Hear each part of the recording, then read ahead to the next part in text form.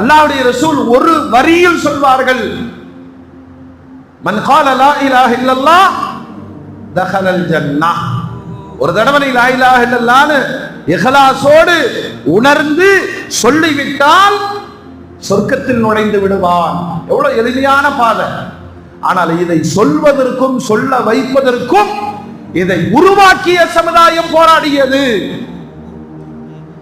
இஸ்லாத்தினுடைய ஆரம்ப காலகட்டத்தில் இந்த வார்த்தையை ஒருவர் மொழிந்து விட்டால் அவருக்கு மரண தண்டனை என்பது சகஜம். எவ்வளவு வரலாறுகளை கேள்விப்பட்டு இருக்கிறோம். அப்ப லா இலாஹ இல்லல்லாஹ் என்பதை மொழிவதற்கு பெரும் தடைகளை அந்த மூத்த சமுதாயம் சந்தித்தது. அல்லாஹ் நமக்கு ரொம்ப இலகுவாக்கி தந்திருக்கான். ஒரு நாளைக்கு 1 கோடி தடவை சொன்னாலும் உங்களை தடுப்பதற்கு ஆளும் கிடையாது, தடையும் கிடையாது. குர்ஆனில் ரப்பல் ஆலமீன்